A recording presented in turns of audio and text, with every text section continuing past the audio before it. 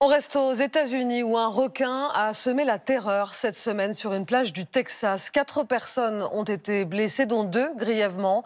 Elles ont été mordues par le prédateur. Le récit, Franck Genozo et Thomas Donzel. Des curieux qui s'approchent, des témoins sous le choc et la confusion sur cette plage du Texas.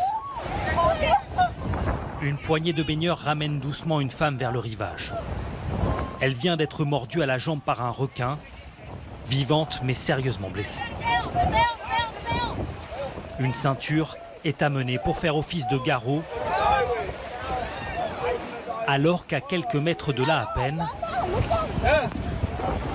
l'animal rôde encore dans les eaux turquoises. Aussitôt, les secours font évacuer le bord de plage. Est-ce que tu le vois? Oui. Un hélicoptère est chargé de suivre le requin à la trace. En ce jour de fête nationale aux États-Unis, la plage est bondée. Quelques instants plus tôt, d'autres baigneurs avaient également été touchés. J'ai senti une pression derrière moi, comme si quelqu'un avait poussé ma jambe. Je me suis retournée, j'ai vu le requin, alors on s'est mis à hurler et on est sorti de l'eau. Mon beau-fils se baignait, il est sorti de l'eau en criant « Requin, requin !»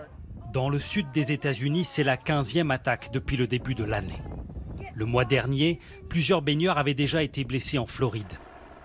Selon les spécialistes, les requins s'en prennent aux humains le plus souvent par erreur, en raison de leur mauvaise vision.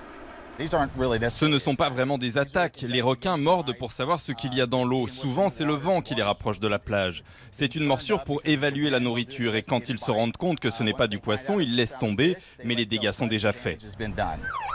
Les attaques de requins restent rares. L'an dernier, il y en a eu 69 dans le monde, dont environ la moitié aux États-Unis.